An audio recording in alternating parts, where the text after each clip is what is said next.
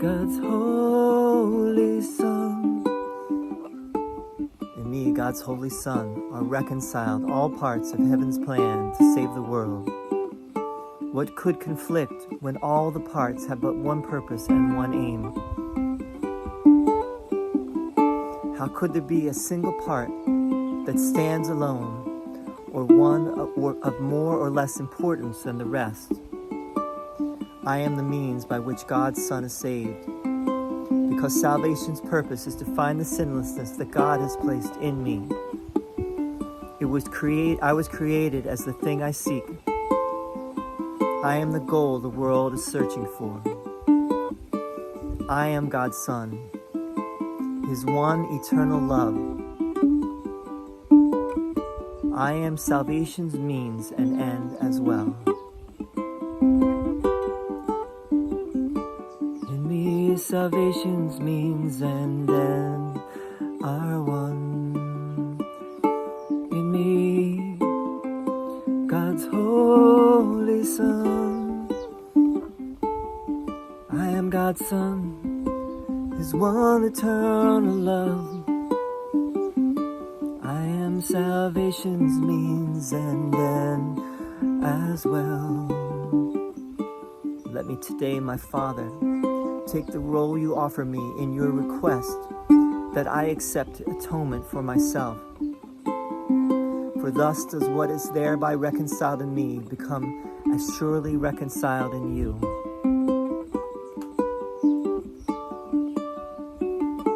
In me, salvation's means and end are one. In me, God's holy Son. I am God's Son, His one eternal love. I am salvation's means and end as well. I am salvation's means and end as well. I am salvation's means and end as well.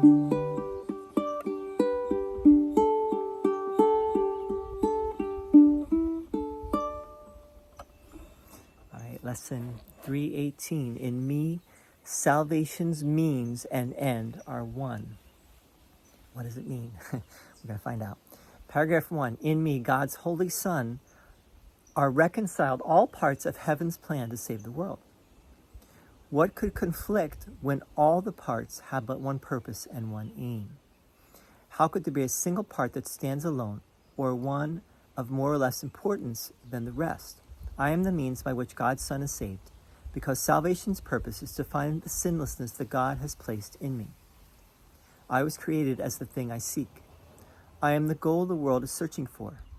I am God's Son, His one eternal love. I am salvation's means and end as well. Paragraph 2. Let me today, my Father, take the role you offer me in your request that I accept atonement for myself. For thus does what is thereby reconciled in me become as surely reconciled to you. I sang that. I said that wrong the first time. It's reconciled to you, not in you or of you, whatever I said. So we're going to read it again. We'll read it a little slower. And I'm trying to get the best light right now. It's getting late here. Aloha from Hawaii. In me, salvation's means and end are one. Paragraph 1. In me, God's holy Son. Right? I am the Son of God. I am the microcosm of the macrocosm. Right? And not just me, but you as well. Right? We are both the macrocosm, the microcosm of the macrocosm. Right? We are a hologram of the whole. So, in other words, when I am saved, everyone is saved because I am everyone. Right? You are everyone. We are. There's only one Son. In me, God's holy Son, are reconciled, and this word reconciled is used here, which is interesting, are reconciled all parts of heaven's plan to save the world. Now, reconciliation is an interesting, we'd have to look up this concept in Christianity and where it comes from and why suddenly Jesus is using it right now. And me are reconciled all parts of heaven's plan to save the world. What could conflict when all the parts have but one purpose and one aim? Right?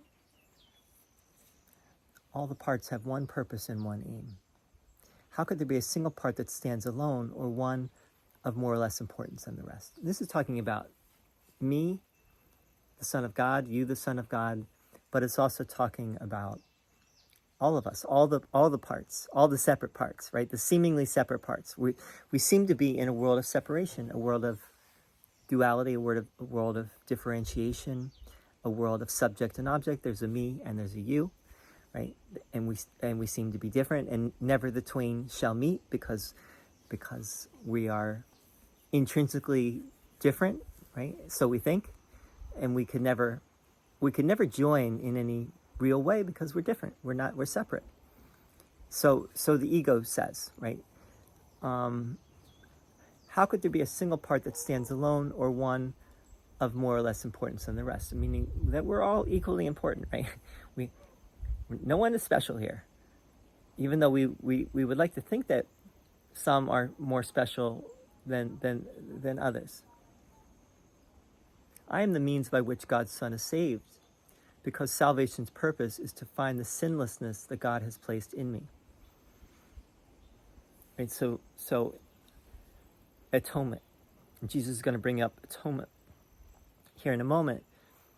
All I have to do, the sole responsibility of the miracle worker, this is what Jesus says in the text, right? The sole responsibility of the miracle worker is to accept the atonement for himself or herself, right? What does that mean? It means to accept that I have no sin. I am completely without sin, and that has always been the case. And it's never been that I had sin and then I needed to be saved from my sinfulness.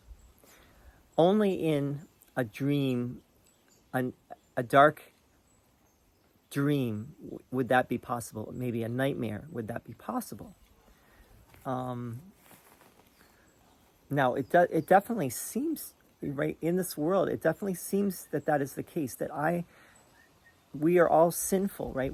Someone wrote this, by the way, in a comment on a recent video I did, this long piece about how, don't be deceived. Jesus is the only way, and we are all fallen creatures, and we need salvation by Jesus. And in a way, the Course is saying the same thing, right? It's different ways to get there, right? Some people would say, no, the Course is not saying the same thing. Well, it is and it isn't, right? It's saying, obviously, if we didn't have the Course makes it more easy for us, I would say, I would hope. Because the Course spells it out very clearly. And the Course is a force to reckon with, and it's hard to deny the power of the Course, right? And according to Helen, it was coming from Jesus. And if you understand the Course's metaphysics, what does that mean? That means that Jesus really is the symbol for maybe an archetype in our mind, in our psyche, for perfect love, right? Perfect love and forgiveness. And so Helen understood that these words were coming to her from Jesus. Now, it doesn't necessarily matter if it was Jesus or not, though.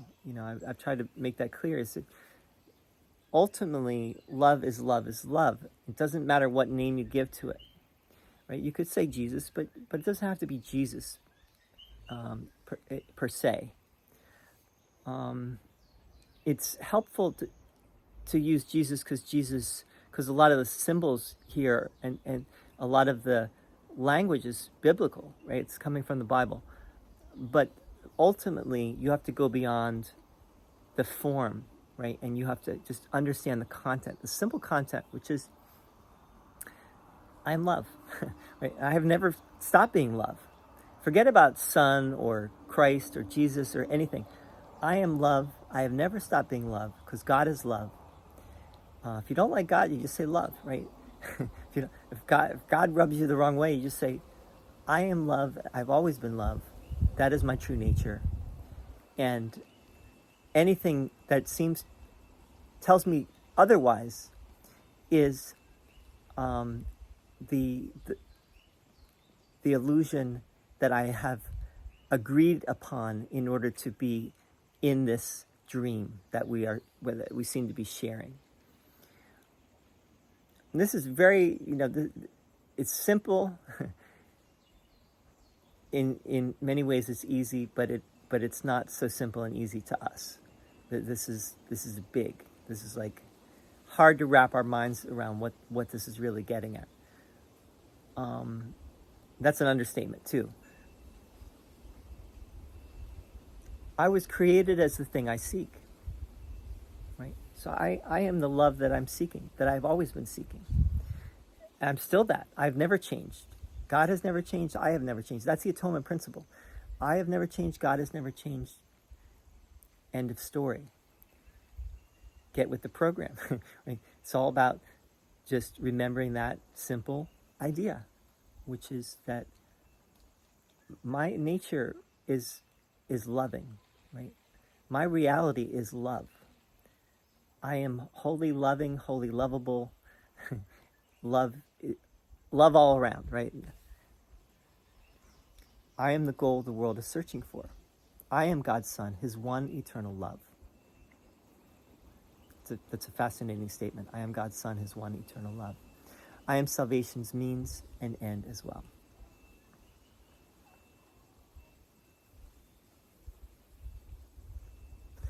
So let's try to talk about what this means, salvation's means and end as well.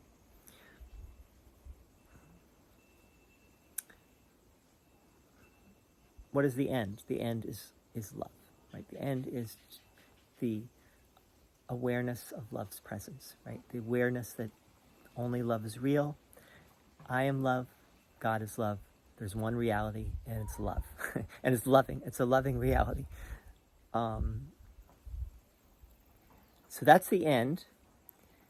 And I am the means, meaning I am, through my remembrance, right? Through my acceptance of the atonement, or acceptance of atonement, if you could say the atonement, or of atonement, which is capital A, which for the Course, which means basically that idea that God is love, I am love, I am the loving creation of a loving creator, and that has never changed. That's basically the atonement principle. So in my acceptance of that, I find myself once again, right? And that's the whole trip right there. That's the whole journey. Paragraph 2, let me today, my Father, take the role you offer me in your request that I accept atonement for myself. Right? So this is just a reminder that the sole responsibility of the miracle worker, meaning me, meaning you, is to accept the atonement for ourselves. And this is offered every moment, right? To accept the atonement for yourself. For thus does what is thereby reconciled in me become as surely reconciled to you.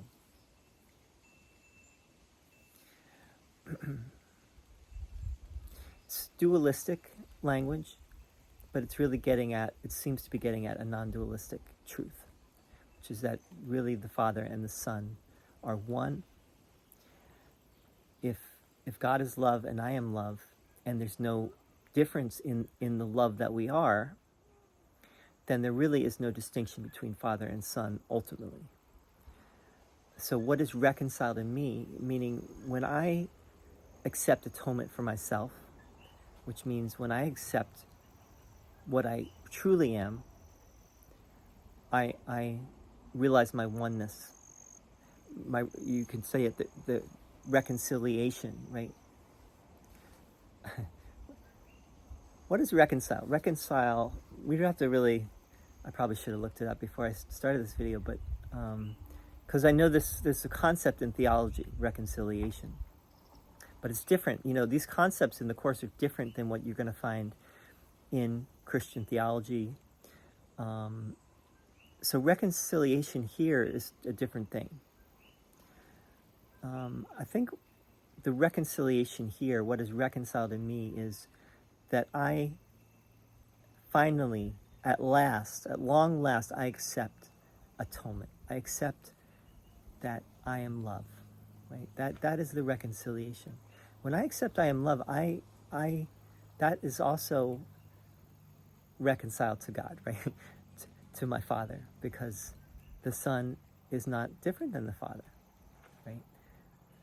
The creation is not separate from the Creator. We are one. And remember that for the Course, God did not make the world, right? God did not create the world.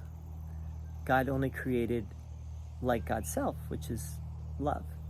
So, and what does that mean? Well, we're getting into talking about ourselves as spirit, not as a body, not as a individual person or persona or personage.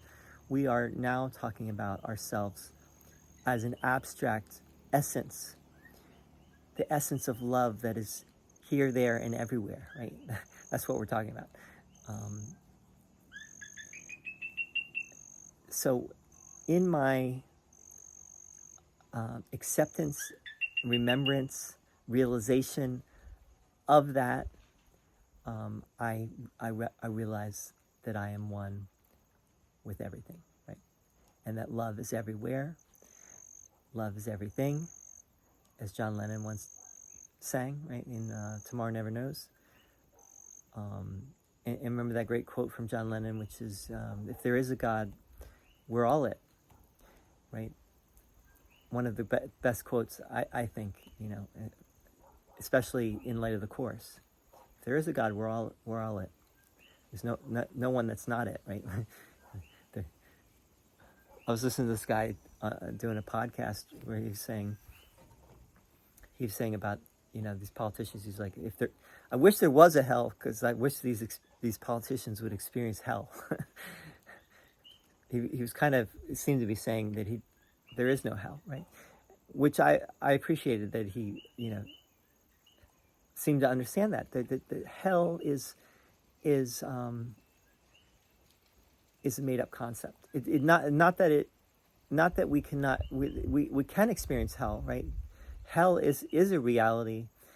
Hell is of our own making, right? Hell is when we get so caught up in the ego that we will experience hell, because that is what the ego is hell bent for us to be damned and to experience hell. So we can experience that, but it's not eternal, right? We can correct it. In other words, we can find our way out of it if we so choose, right? Or we can remain stuck in it. Now, I know that this is all, I think the metaphysics of the Course and metaphysics in general is hard to buy, hard to accept. I think that, what I think makes the most sense, and what seems to maybe be the most useful, is just to remember love and let go of the thoughts that are not loving, right? And seeing your brother as love as well, and seeing your brother as yourself, and seeing others, and viewing everything in a loving way. That makes sense. Now the metaphysics, who knows, right? Who knows? Who really knows? But I think you will see a shift when you do this inner work, and you look at your ego investment, you look at your fears, and you start to let go of the fears and let go of the judgments. So anyway, we'll end with that. Maybe I'll just do a very short version of this Coldplay song.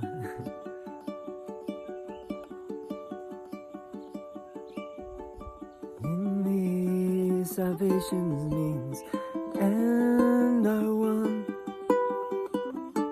In me, salvation's means and end are one. In me, salvation's means and are one. In me, God's holy Son. I am God's Son, His one eternal love. I am salvation's means and end as well. I am God's holy Son. Sorry. In me. Start again. In me, salvation's means and end are one. In me, God's holy Son. In me, salvation's means and end are one. In me, God's holy Son. In me, salvation's means and end are one. In me, God's holy Son. One love.